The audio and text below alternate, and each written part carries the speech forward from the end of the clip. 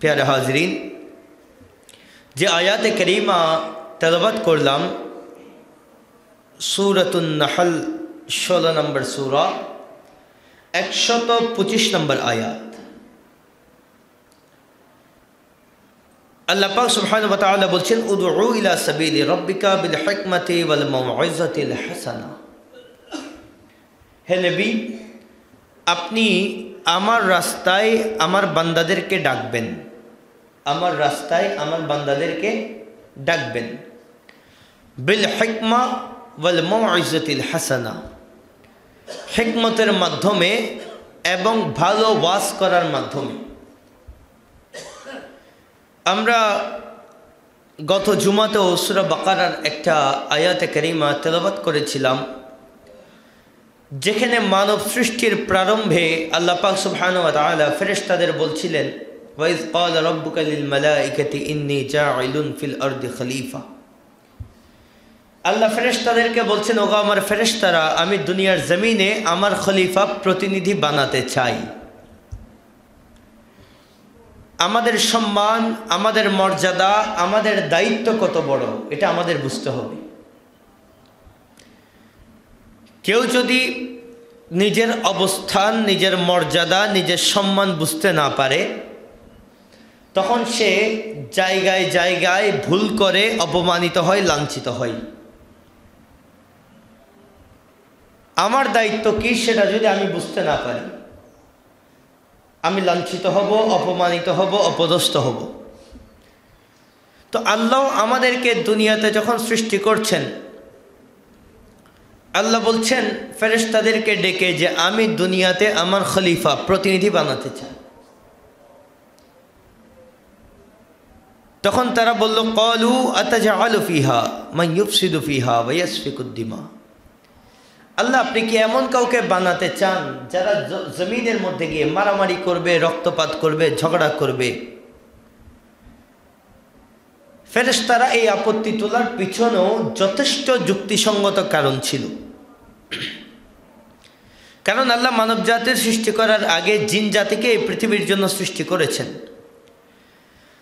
জিন জাতি এত বেশি দুষ্টামি করেছে, এত বেশি আল্লাহর অবাধ্য হয়েছে, আল্লাহ তাদেরকে দুনিয়াতে বসবাসের যে অধিকার, তাদের যে দুনিয়াতে বসবাসের পারমিশন, আল্লাহ সে পারমিশন তাদের থেকে তুলে নিয়েছেন।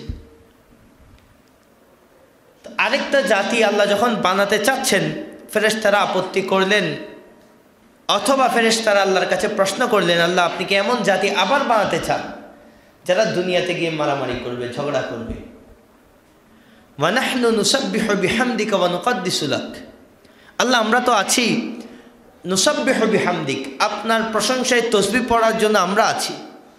ওয়া নুকদ্দিসু লাক, আপনার পবিত্রতা, আপনার শান বলার জন্য আমরা তো যথেষ্ট। আল্লাহ তখন জবাব দিলেন, ক্বালা ইন্নী আ'লামু মা লা তা'লামুন। ওগো আমার ফেরেশতারা, আমি যা জানি তোমরা তা জানো না। এরপর আল্লাহ তাআলা হযরত আদম আলাইহিস সালামকে সৃষ্টি করার পরে খলিফা সৃষ্টি হয়ে গেল। আল্লাহ ওয়া আল্লামা আদম আল আসমাআ কুল্লাহা, দুনিয়ার যত ইলম, সব ইলম আল্লাহ হযরত আদমকে দিয়ে দিলেন। আদি পিতা হযরত আদম আলাইহিস সালামের কাছে আল্লাহ দুনিয়ার সমস্ত ইলম দিলেন। সেই আদমের ইমাম, ইমামুল মুরসালিন নবী মুহাম্মদ রাসূলুল্লাহ সাল্লাল্লাহু আলাইহি ওয়াসাল্লাম, তার কাছে কি ইলম কোনো দিকে কম ছিল? কারণ ইমামতির জন্য সর্বপ্রথম শর্ত হলো ইলম বেশি থাকতে হবে। ইলম বেশি থাকা এটা ইমামতির শর্ত।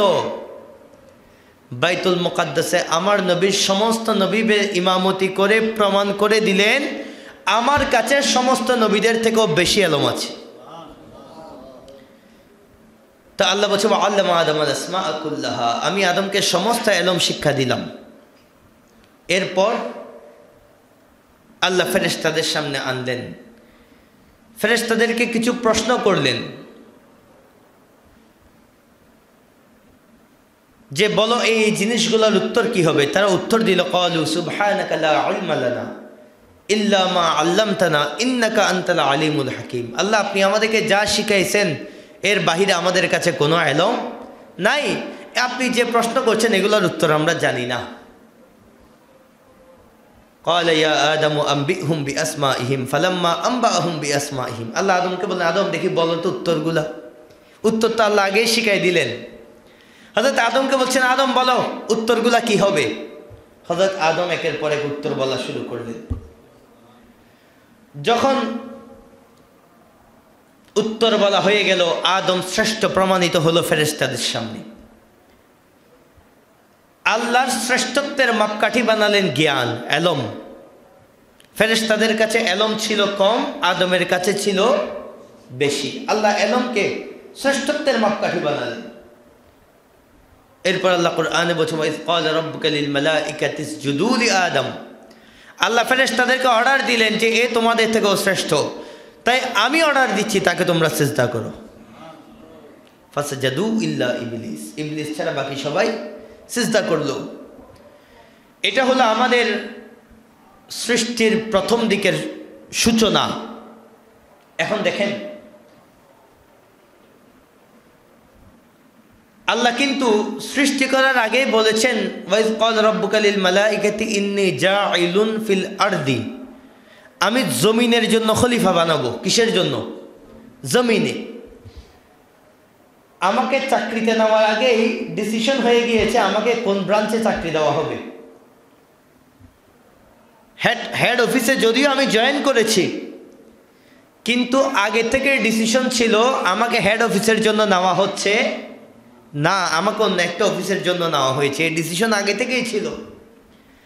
আদমকে বানানোর আগে আল্লাহ সিদ্ধান্ত নিয়েছেন যে আমি জমিনের জন্য খলিফা বানাবো, জান্নাতের জন্য না। এখন জমিনে পাঠানোর জন্য একটা ওসিলা লাগবে, একটা মাধ্যম লাগবে, একটা প্রক্রিয়া লাগবে। সেই প্রক্রিয়া হলো হযরত আদম আলাইহিস সালামকে বলল, এই ফল, এই গাছের ফল খাবা না। তিনি খেলেন, খাবার ফলশ্রুতিতে ওনাকে দুনিয়াতে পাঠানো হলো। এটা এমন না যে হযরত আদম অনেক বড় পাপ করে ফেলেছেন, পাপের শাস্তি দেওয়া হয়েছে, এমন না। বরং ওনাকে সৃষ্টির আগে থেকে পরিকল্পনা ছিল ওনাকে জমিনের জন্য বানানো হচ্ছে।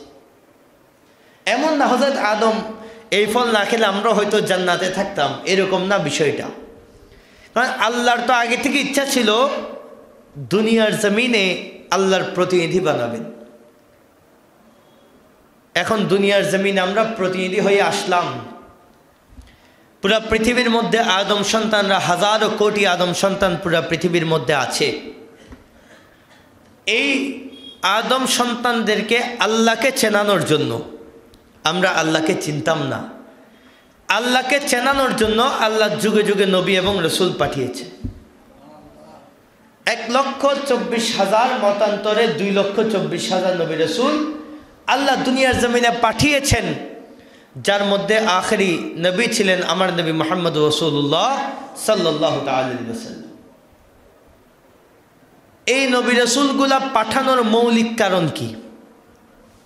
মৌলিক কারণ হচ্ছে বান্দাকে আল্লাহর দিকে দাওয়াত দেওয়া, বান্দাকে আল্লাহর দিকে দাওয়াত দেওয়া, আল্লাহর খলিফাদেরকে আল্লাহকে চেনায় দেওয়া।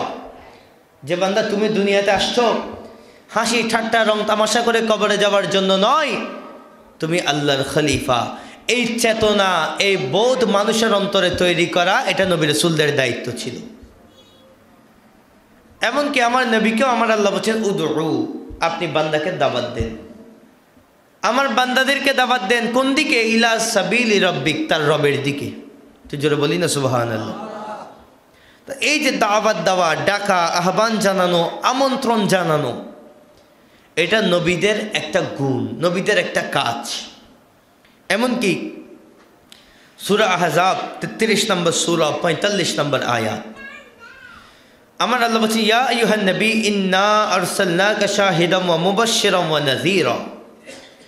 ওগো নবী, আমি আপনাকে দুনিয়াতে পাঠিয়েছি সাক্ষী হিসেবে, ওয়া মুবাশশিরাম ওয়া নাযীরা, জান্নাতের সুসংবাদ প্রদানকারী এবং জাহান্নামের ভয় লাগানোর জন্য। এরপরে আমার আল্লাহ বলছেন, ওয়া দাঈআন ইলাল্লাহ, আপনাকে আমি দুনিয়াতে পাঠিয়েছি আল্লাহর দাঈ হিসেবে, আল্লাহর পথে দাওয়াত দেওয়ার জন্য আপনাকে দুনিয়াতে পাঠানো হয়েছে। এবং নবী যখন দাওয়াত দিয়ে দিলেন আমাদের কাছে, আমরা নবীর উম্মত হয়ে গেলাম। নবীর উম্মত হয়ে যাওয়ার পরে অন্যান্য মানুষদেরকে আল্লাহ এবং রসুলের অনুসরণের জন্য দাওয়াত দেওয়া, এটা আমাদের জন্য ওয়াজিব। এটা আমাদের জন্য ওয়াজিব। দেখেন আমাদের কাজগুলো বুঝেন। আল্লাহ নবী রসুল পাঠিয়েছেন, ওনারা আমাদেরকে দাওয়াত দিলেন, আমরা অ্যাকসেপ্ট করলাম। অ্যাকসেপ্ট করার পরে আমাদের দায়িত্ব হলো নবী আমাদেরকে যে কথা বলেছেন, আল্লাহ আমাদের জন্য যে কিতাব পাঠিয়েছেন, এই কিতাবের অনুসরণের জন্য পুরা সমাজ রাষ্ট্রকে দাওয়াত দেওয়া, এটা আমাদের জন্য ওয়াজিব। যেমন সূরা আহকাফ 46 নম্বর সূরা 31 নম্বর আয়াত, জিন জাতিরা যখন আমার নবী থেকে দাওয়াত পেল, জিনদের মধ্যেও কিন্তু ধর্ম আছে। জিন জাতিরা যখন আমার নবী থেকে দাওয়াত পেল ইসলামের, তারা ইসলামকে কবুল করলো। কবুল করার পরে তারা নিজের কওম, নিজের জাতির কাছে গিয়ে কি বলছে দেখেন, কোরআনে মাজিদের মধ্যে আল্লাহ নোট করছেন, ইয়া কওমানা আজিবু দাঈয়াল্লাহি ওয়া আমিনু বিহি। ওগো আমাদের কওম, ওগো আমাদের জাতি, যিনি আল্লাহর পথে ডাকছেন ওই নবীর ডাকে একটু তোমরা সাড়া দিয়ে দাও। জোরে বলি না সুবহানাল্লাহ। তারা তাদের জাতিকে ডাকছেন, বলে তোমরা নবীর ডাকে সাড়া দাও। ওয়া আমিনু বিহি, ওই নবীর উপর ঈমান আনো। যদি এটা করো, ইয়াগফির লাকুম মিন যুনুবিকুম, আমার আল্লাহ তোমাদের সমস্ত গুনাহ ক্ষমা করে দিবেন। ঈমান আনলে অতীতের আর কোনো গুনাহ থাকে না। জিনরা তাদের কওমকে বলছে, তোমরা এই নবীর প্রতি যদি ঈমান আনো, আল্লাহ তোমাদের অতীতের জিন্দেগির গুনাহ ক্ষমা করে দিবেন। এমনকি ওয়ায়ুজিরকুম মিন আযাবিন আলীম, আল্লাহ তোমাদেরকে আযাব থেকে রক্ষাও করবেন। আরেক আয়াতে আমার আল্লাহ বলছেন, এটা তো জিন জাতিদের মধ্যে আমরা একটা গ্রুপ দেখলাম যারা নবী থেকে ঈমান এনে বাকিদেরকে দাওয়াত দিচ্ছে। আল্লাহ বলতেছেন এটা শুধু জিনের কাজ না, মানুষ থেকেও এরকম হতে হবে। সূরা আলে ইমরান 104 নম্বর আয়াত আমার আল্লাহ বলছে, ওয়ালতাকুম মিনকুম উম্মাতুন ইয়াদউনা ইলাল খাইর। উম্মতের মধ্যে এমন একটা দল থাকা দরকার, এমন একটা গ্রুপ থাকা দরকার যারা মানুষকে ভালোর দিকে, ইসলামের দিকে দাওয়াত দেবে। ইয়ামুরুনা বিল মারুফ ওয়া ইয়ানহাউনা আনিল মুনকার, তারা মানুষকে ভালো কাজের আদেশ দিবে, মন্দ কাজ থেকে নিষেধ করবে। উম্মতের মধ্যে এমন একটা দল থাকা দরকার। এলাকার মধ্যে এমন কিছু মানুষ থাকা দরকার, সমাজের মধ্যে এমন কিছু মানুষ থাকা দরকার যারা মানুষকে ইয়ামুরুনা বিল মারুফ, ভালো কাজের দাওয়াত দিবে, ওয়া ইয়ানহাউনা আনিল মুনকার, মন্দ কাজ থেকে নিষেধ করবে। তো তাদের পুরস্কার কি?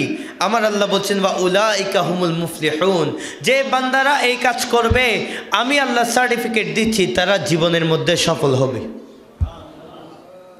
তারা জীবনে সফল হবে। সার্টিফিকেট দিচ্ছেন কে? আওয়াজ দিয়ে বলি না, সার্টিফিকেট দিচ্ছেন কে? যিনি সার্টিফিকেট দিলে আর কোনো সার্টিফিকেটের দরকার নাই। তো আমাদের সমাজের মধ্যে সেরকম মানুষ আমরা হতে হবে।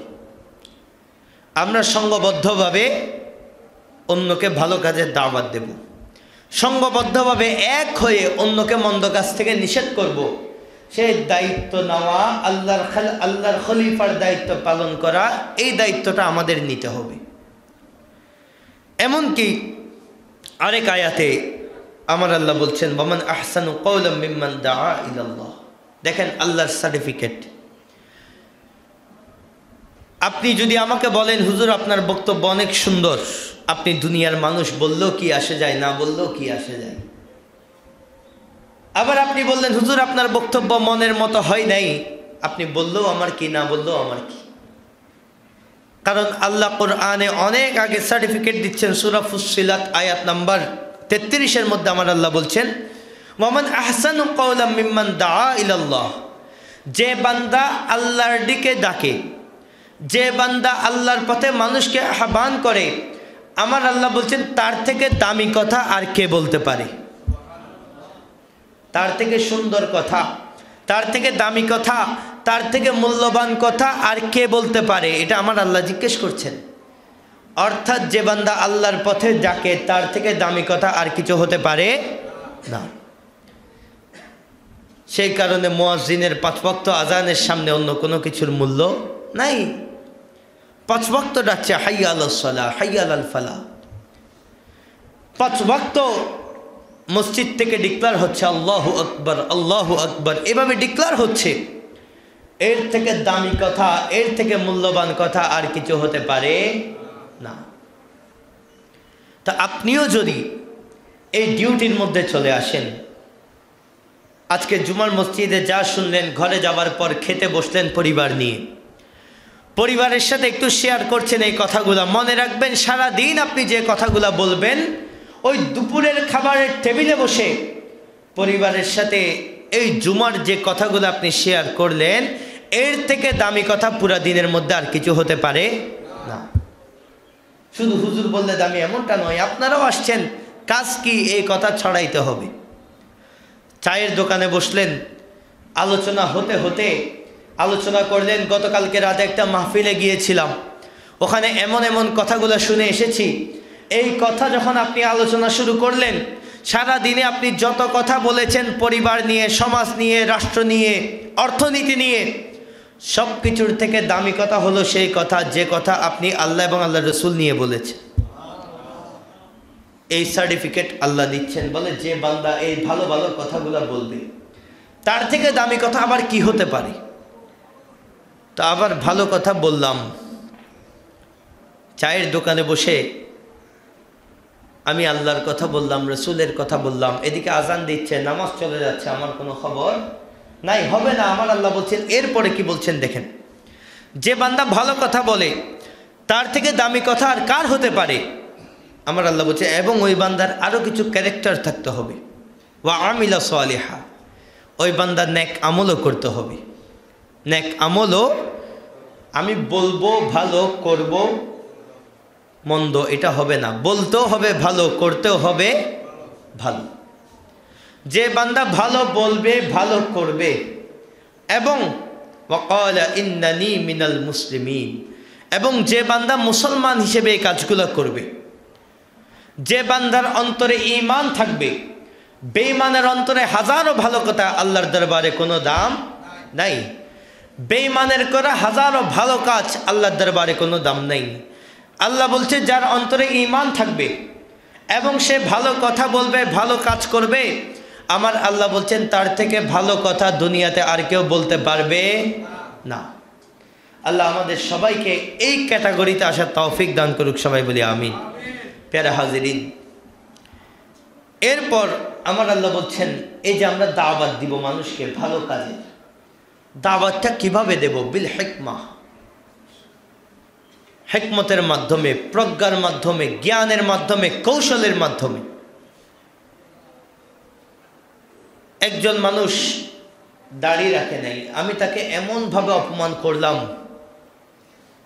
তিনি মসজিদে জুমা পড়তে আসছেন, আমি তাকে দাঁড় করাইলাম, আপনি দাড়ি রাখেন নাই কেন? আমি তাকে ইচ্ছা মতো অপমান করলাম। সে বান্দা এতদিন অন্তত ভালো কাজ, জুমার নামাজটা পড়তো, কালকে থেকে আর জুমার মসজিদেও আসবে না।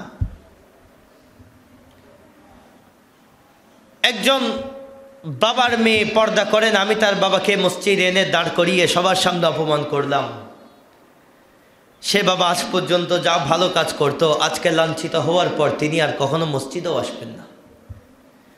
তো এটা একটা মানুষকে ভালো কাজে আনার ধরন এমন হতে পারবে না, বরং কৌশলের মাধ্যমে, মহাব্বত দিয়ে, ভালোবাসা দিয়ে শত্রুকেও বন্ধু বানানো যায়। আপনার চিরশত্রুকেও আপনি বন্ধু বানাতে পারবেন কিভাবে? তাকে আপনি একটু মহাব্বত দিয়ে কথা বলতে হবে, তাকে আপনি এমনভাবে বোঝাবেন যেভাবে আল্লাহ রসুল বুঝিয়েছেন।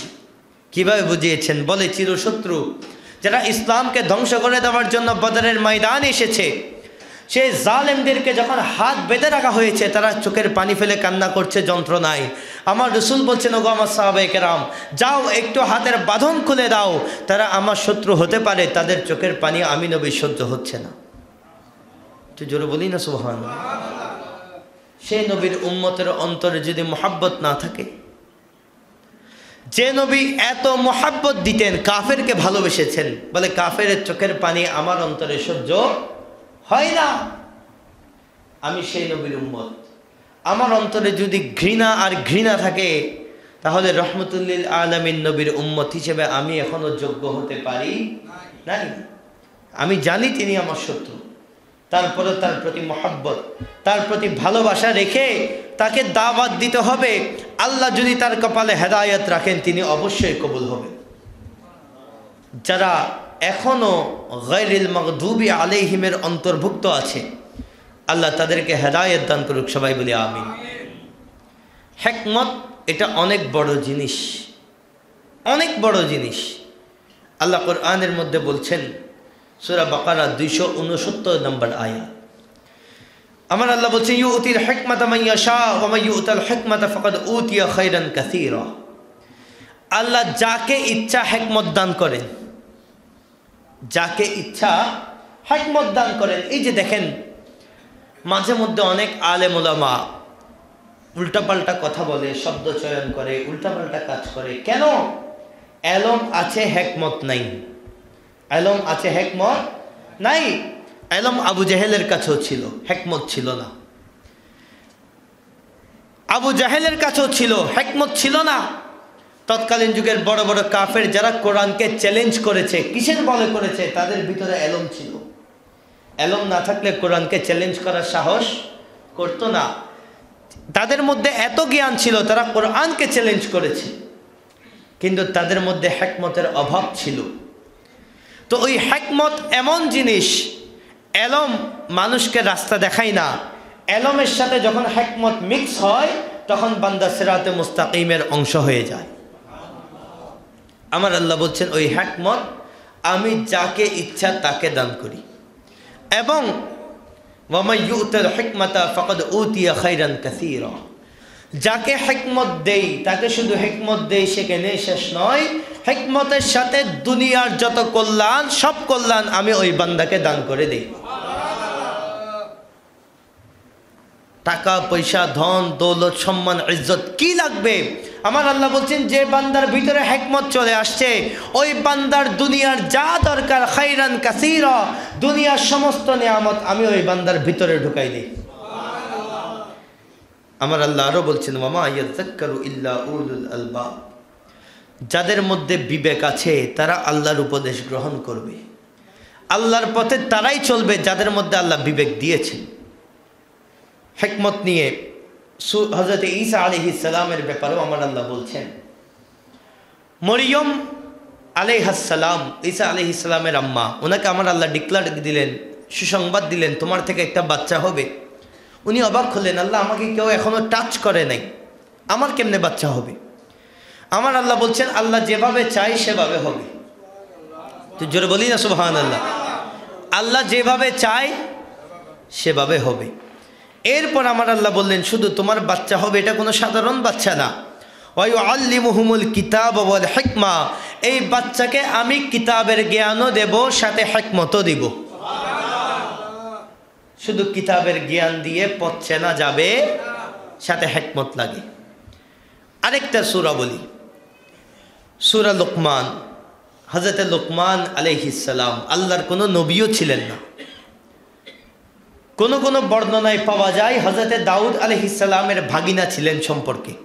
আল্লাহর কোনো নবী ছিলেন না, আল্লাহর নেককার বান্দা ছিলেন। তো আল্লাহ এত ভালোবেসেছেন, ওনার আর ওনার ছেলের কথাকে আল্লাহ কোরআনের আয়াত বানিয়ে দিয়েছেন। সেই লুকমান আলাইহিস সালামের ব্যাপারে আল্লাহ বলছেন, ওয়ালাকাদ আতাইনা লুকমানাল হিকমা, ওগো আমার বান্দারা, তোমরা জানো যে লুকমান নবী না হওয়ার পরও এত মর্যাদা কেন দিলাম, কেন আমি আল্লাহ এত ভালোবাসলাম? কারণ লুকমানকে আমি আল্লাহ হিকমত দান করেছি।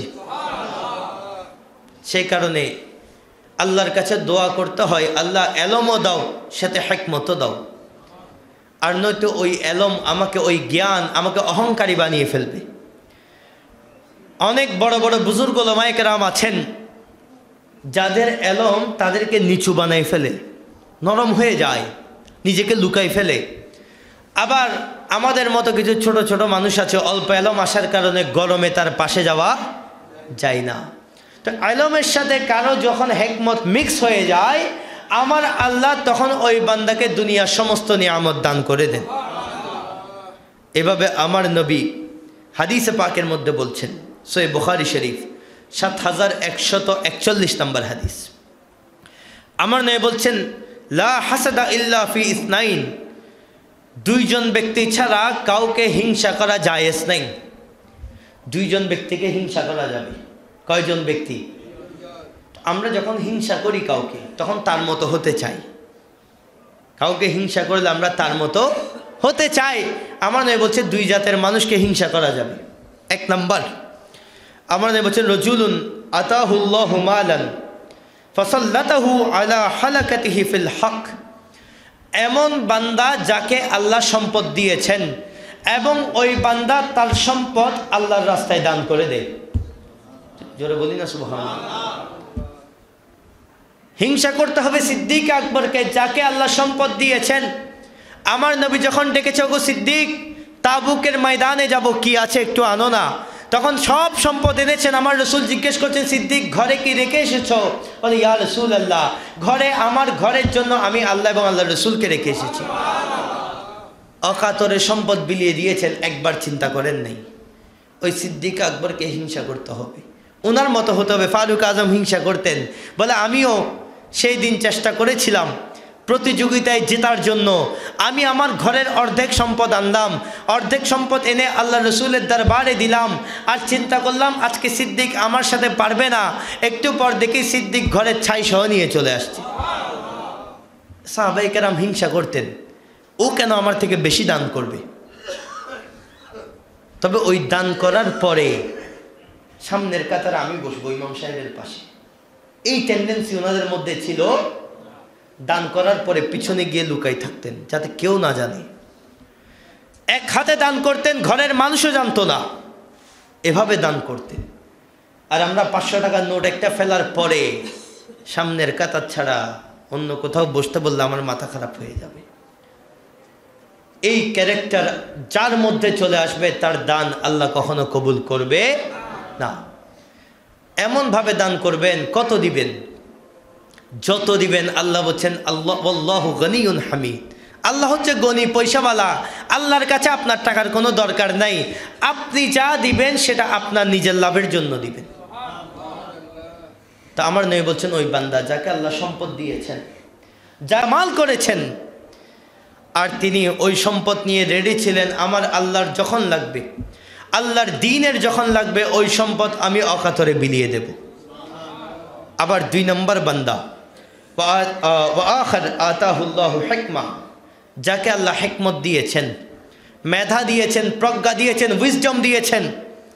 ফাহুয়া ইয়াকদি বিহা ওয়া ইউআল্লিমুহা, ওই বান্দা তার মেধার মাধ্যমে বিচার করে, সালিশ করে এবং অপর মানুষকে ইলম দান করে, শেখায়, পড়ালেখা করায়। ওই বান্দাকে দেখবেন আর হিংসা করবেন, আল্লাহ আজকে যদি এই ইলমটা আমাকে দিতা, তাহলে আমিও মানুষকে পড়াইতাম। আজকে যদি ইলমটা আমাকে দিতা, আমিও মানুষকে কোরআন শিখাইতাম। আজকে যদি ইলমটা আমাকে দিতা, আমিও তোমার পথে মানুষকে ডাকতাম। এই চিন্তা করে করে ওই বান্দাকে হিংসা করা যাবে। হিকমত কত গুরুত্বপূর্ণ জিনিস। এই জিনিস যার কাছে আছে, আমার নবী বলছে, ওই বান্দা এমন বান্দা যাকে হিংসা করা যায়। তাকে আল্লাহ এত বড় সম্পদ দিয়েছেন যে সম্পদ দেখে দেখে হিংসা করা যায়। আল্লাহ আমাদের সবাইকে হিকমত দ্বারা মালামাল করুক, সবাই বলি আমিন। তো আমার নবী বলছে, উদউ ইলা সাবিলি রাব্বিকা বিল হিকমা, আল্লাহর রাস্তায় ডাকতে হবে মানুষকে হিকমত দিয়ে, প্রজ্ঞা দিয়ে, কৌশল দিয়ে। ওয়াল মাউইজাতিল হাসানা, উত্তম ওয়াজ করার মাধ্যমে, ভালো আলোচনা করার মাধ্যমে। কোনো বান্দা আল্লাহকে মানছে না, তার সামনে গিয়ে কৌশলে কথা তোলেন, এই আমলটা করলে যদি তুমি আল্লাহর রাস্তায় এভাবে এভাবে চলো, আল্লাহ কি পুরস্কার রেখেছেন, না চললে কি শাস্তি রেখেছেন, এই ব্যাপারে সুন্দরভাবে, নম্রভাবে, ভালোবাসা দিয়ে ওই বান্দার সামনে আলোচনা করতে হবে। 1 বার, 2 বার, 3 বার, 5 বার, 10 বার। এমন একটা সময় আসবে, ওই বান্দার অন্তরে যখন পরিবর্তন আসা শুরু হবে, আমার আল্লাহ ওই বান্দাকে আল্লাহর রাস্তায় কবুল করে নেবেন। একটা ছেলে নামাজ পড়ে না, থাক না, থাকতে দেন, অসুবিধা নেই তো, তাকে নিয়ে একদিন সাগর পাড়ে ঘুরতে যান। আপনি নামাজি, তাকে প্রথম দিন নামাজের কথা বলার কোনো দরকার নাই, তাকে নিয়ে একটু সাগর পাড়ে ঘুরে আসেন। তাকে নিয়ে একদিন চায়ের দোকানে বসে গল্প করেন। এভাবে একদিন, 2 দিন, 3 নাম্বার দিন তাকে বলেন চলো একটু নামাজটাও পড়ে আসি। আপনার সাথে তার সম্পর্ক এমন জায়গায় পৌঁছায় গেল, সে আপনার কথাকে আর ফেলতে পারছে না, আপনার দিকে তাকাই মসজিদে আসছে, কোনো মতে মন চাচ্ছে না, তারপরেও আসছে। পরের দিন আবার নিয়ে আসেন, তারপরের দিন আবার নিয়ে আসেন, তারপরের দিন বলো চলে আজকে জুমাতে একটু সবার আগে গিয়ে বসি, দেখি হুজুর কি বলে। 1 দিন, 2 দিন, 3 দিন। ওই বান্দা প্রথম মন চাইতো না, কোনো মতে আসতো আপনার জন্য, কারণ ওই যে আপনি তাকে নিয়ে সাগর পাড়ে যান, আপনি তাকে নিয়ে চায়ের দোকানে বসেন, আপনি তাকে আপনার বাসায় নিয়ে যান, ওই আপনার মহাব্বতের কারণে মসজিদে আসছে, আল্লাহর মহাব্বতে না। আসার পরে মসজিদের পরিবেশ মাহৌল দেখার পরে তার অন্তরে দেখবেন এমন তাসির হবে, আরেকদিন দেখবেন আপনার আসতে দেরি হয়েছে, এসে দেখবেন ওই বান্দা মসজিদে বসে আছে। ওই টেকনিকটা অ্যাপ্লাই করতে হবে।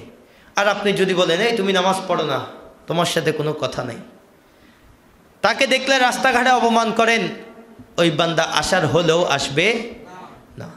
আল্লাহ আমাদেরকে এভাবে মোহাব্বত নিয়ে আল্লাহর বান্দাদেরকে আল্লাহর পথে দাওয়াত দেওয়ার তৌফিক দান করুক, সবাই বলে আমিন। আল্লাহ বলছেন ওয়াজাদিলহুম বিল্লাতি হিয়া আহসান। আর যদি তর্ক করতেও হয় কোনো কারণে, ইহুদি নাসারার সাথে, ভিন্ন মতের সাথে তর্ক যদি করতেও হয়, আমার আল্লাহ বলছেন ওই তর্কটাও করবা হিয়া আহসান, ভালো পদ্ধতিতে, গালি দিয়ে না। এখন আপনি সোশ্যাল মিডিয়াতে গেলে দেখবেন ভিন্ন মতের আলেম হলে তার ফেসবুকে কমেন্টে আমরা গালি দিতে দিতে পুড়াই ফেলি। আমরা এত দিনদার, এত আল্লাহওয়ালা, আমার সাথে মত না মিললে তাকে আমি গালি দিচ্ছি। অথচ আমার নবী বলছেন মুনাফিকের একটা আলামত হলো মুনাফিক কথা বললে গালি দেয়, মুনাফিক কথা বললে গালি দেয়। আমার সাথে হাজারো অমিল হবে, মতের পার্থক্য হবে, কিন্তু আমার আল্লাহ বলছেন তর্ক করবা, কোনো অসুবিধা নেই, কিন্তু তর্কটাও হতে হবে ভালো পদ্ধতিতে। আমার নবীর কাছে ইহুদি আসছে, নাসারা আসছে, প্রশ্ন করত, কখনো জানার জন্য, কখনো নবীকে অপমান অপদস্থ করার জন্য। আমার নবী কারোর সাথে মন্দ আচরণ করেছেন এমন কোনো রেকর্ড নাই, বরং বড় মহব্বত নিয়ে, বড় ভালোবাসা নিয়ে, আদর যত্ন নিয়ে আমার নবী বুঝিয়েছেন। উলামায়ে কেরাম যারা ইসলামকে চারদিকে ছড়িয়ে দিয়েছেন, এমন এমন বান্দা আছেন যাদের কাছে প্রশ্ন করতে আসছে অপমান করার নিয়তে, অপদস্থ করার নিয়তে, অথচ তিনি যখন জানবেন অমুক বান্দা আসতেছেন, তাড়াতাড়ি ভক্তদেরকে ডেকে বলেছেন খাবারের আয়োজন করো, আগে ওই বান্দা আসলে মেহমানদারি করবা। আর আমরা হইলে আজকে আসতেছে আমার এলাকায়, খবর আছে, আজকে অনেক দিন ফেসবুকে দেখছি ওনার উল্টাপাল্টা কথাবার্তা, আজকে আমার এলাকায় আসছে, যে কোনোভাবে এই বান্দারে বাধ্য হবে। মনে রাখবেন হাজারো অমিল হলেও তার সাথে মন্দ আচরণ করা যাবে না। আল্লাহর কোরআনের কথা, লা ইকরাহা ফিদ্দীন, দিন নিয়ে কোনো বাড়াবাড়ি নেই, বড় মোহাব্বত নিয়ে, ভালোবাসা নিয়ে। আমার আল্লাহ তো বলছেন যে ওগো নবী, আপনি যাকে ভালোবাসেন, ভালোবাসলেই সবাইকে হেদায়েত করা যাবে না। আল্লাহ রসুল বড় মোহাব্বত করতেন হযরত আবু তালেব, যিনি আল্লাহ রসুলের বড় সঙ্গী ছিলেন, সাথী ছিলেন, অথচ ঈমান আনেন নাই, কালেমা, প্রকাশ্য কালেমা পড়াতে পারেন নাই। আমার নবী যখন বড় মন খারাপ করেছেন, আমার আল্লাহ কোরআনের আয়াত নাজিল করলেন, ওগো নবী, মোহাব্বত করলে ঈমান আনবে না, ঈমান আনা সেটা আল্লাহর পক্ষ থেকে থাকতে হবে। আল্লাহ যাকে কবুল করবেন তিনি হেদায়েতের পথে আসবেন। তো আমাদের কাজ হচ্ছে দাওয়াত দেওয়া, আমাদের কাজ হচ্ছে দাওয়াত দেওয়া। আর এই দাওয়াতের বড় একটা কেন্দ্র হচ্ছে মসজিদ, বড় একটা সেন্টার হচ্ছে মসজিদ। এখন আমরা মসজিদকে এমন অবস্থা বানিয়েছি, 5 ওয়াক্ত নামাজ পড়বে, নামাজ শেষ, আমি এই মসজিদের কথা বলছি না, পুরো বাংলাদেশে মসজিদ দেখেন, শহরাঞ্চলে তো অবস্থা আরও খারাপ। নামাজ শেষ, গেটে তালা, ওই মসজিদে ঢুকার আর কোনো সুযোগ নাই। অথচ আমি গতকালকেও একজনকে বলছিলাম, পুরা পৃথিবীর মধ্যে সবচেয়ে বেশি প্রাইমারি এডুকেশন সেন্টার, প্রাইমারি বিদ্যালয় মুসলমানদের আছে। জোরে বলি না সুবহানাল্লাহ। আমার নবী তো মসজিদকে শুধু সেজদার জন্য বানান নাই, সেজদা আপনি এখানে মাঠেও দিতে পারবেন, সেজদা রাস্তায়ও দিতে পারবেন। আমার নবী মসজিদকে বানিয়েছেন সেজদার জন্য, মসজিদকে বানিয়েছেন পড়ালেখার জন্য, মসজিদকে বানিয়েছেন আদালত হিসেবে। যখন মসজিদ থেকে আদালত বের হয়ে গিয়েছে তখন অ্যাডভোকেট পেশা চলে আসছে। মসজিদ থেকে যখন আদালত বের হয়ে গিয়েছে তখন আমরা অ্যাডভোকেটকে টাকা দেওয়া শুরু করলাম। যেভাবে পারেন সত্যকে মিথ্যা, মিথ্যাকে সত্য করে হলেও বিচার আমার পক্ষে আসতে হবে। আমার নবীর হাদিসের মধ্যেও পাওয়া যায়, আমার নবী একদিন মসজিদের নববীর মধ্যে আসছেন। আমি এই কথা আপনাদেরকে আগেও বলেছি। আসার পর আমার নবী দেখলেন দুইটা গ্রুপ মসজিদের মধ্যে, এক গ্রুপ জিকির আজকার করছে, আরেক গ্রুপ পড়ালেখা করছে। তার মানে আমার নবী মসজিদকে পড়ালেখার জায়গাও বানিয়েছেন। আমার নবী করলেন কি, ঢোকার পরে আমার নবী বলছেন ওই যারা পড়ালেখা করছে তাদের পাশে গেলেন, গিয়ে বসলেন। বসার পরে আমার নবী বলছেন দুইটা দলই উত্তম, দুইটা দলই, জিকিরের দলও উত্তম, পড়ালেখার দল উত্তম, কিন্তু আমার নবী বলছেন যারা ইলম অর্জন করছে তারা সবচেয়ে বেশি উত্তম। সে কারণে আমার নবী যারা পড়ালেখা করছে তাদের দলে বসলেন। এইটার মাধ্যমে আমার নবী মসজিদকে পড়ালেখার জায়গা বানিয়ে দিলেন। আপনি এখনও দেখেন না, আমরা যে মাদ্রাসায় পড়েছি সরকার নির্ধারিত সময় হচ্ছে 8টা থেকে 1টা বা 2টা। সরকার সিলেবাস করেছে, আমি কামিল হাদিস কমপ্লিট করলাম। আমার সিলেবাসের মধ্যে বুখারী শরীফ ছিল, মুসলিম শরীফ ছিল, তিরমিজি শরীফ ছিল, পুরা ছিল না। সরকার 5টা অধ্যায় 10টা অধ্যায় বেঁধে দিয়েছে। এই 5 অধ্যায় 10 অধ্যায় পড়ে আমাদেরকে একটা কামিলের সার্টিফিকেট দিয়েছে। তো বুখারী শরীফ তো 5টা অধ্যায়ের নাম বুখারী শরীফ না, আবার ক্লাসের মধ্যে পুরা পড়ানোর সুযোগ নাই। এখন বাকি বুখারী কোথায়? আমাদের হুজুররা পাশে মসজিদ আছে, মসজিদের মধ্যে সেই ফজরের পর থেকে রাত 10টা পর্যন্ত 11টা পর্যন্ত এক কর্নারে এক উস্তাদ, আরেক কর্নারে আরেক উস্তাদ, কেউ বুখারী পড়াচ্ছেন, কেউ মুসলিম পড়াচ্ছেন, কেউ তাফসির পড়াচ্ছেন। আপনি এখনও আমার মাদ্রাসার পাশে যে মসজিদ, জামিয়ার পাশে যে মসজিদ খানেকা, ওখানে গেলে এখনও দেখবেন জুমার পর বিভিন্ন উস্তাদরা দলে দলে হাজারো স্টুডেন্ট, 200 জন এক দলে বসেছে মিশকাত পড়বে, 200 জন এক দলে বসেছে বুখারী পড়বে, 200 জন এক দলে বসেছে তাফসির পড়বে। আপনি আল আজহার বিশ্ববিদ্যালয়ে আমাদের বন্ধুরা আছে, প্রায় সময় দেখি ছবি দেই, অমুক কিতাব শেষ হয়েছে। কিতাব কোথায় পড়েছে? মাদ্রাসায় না মসজিদে।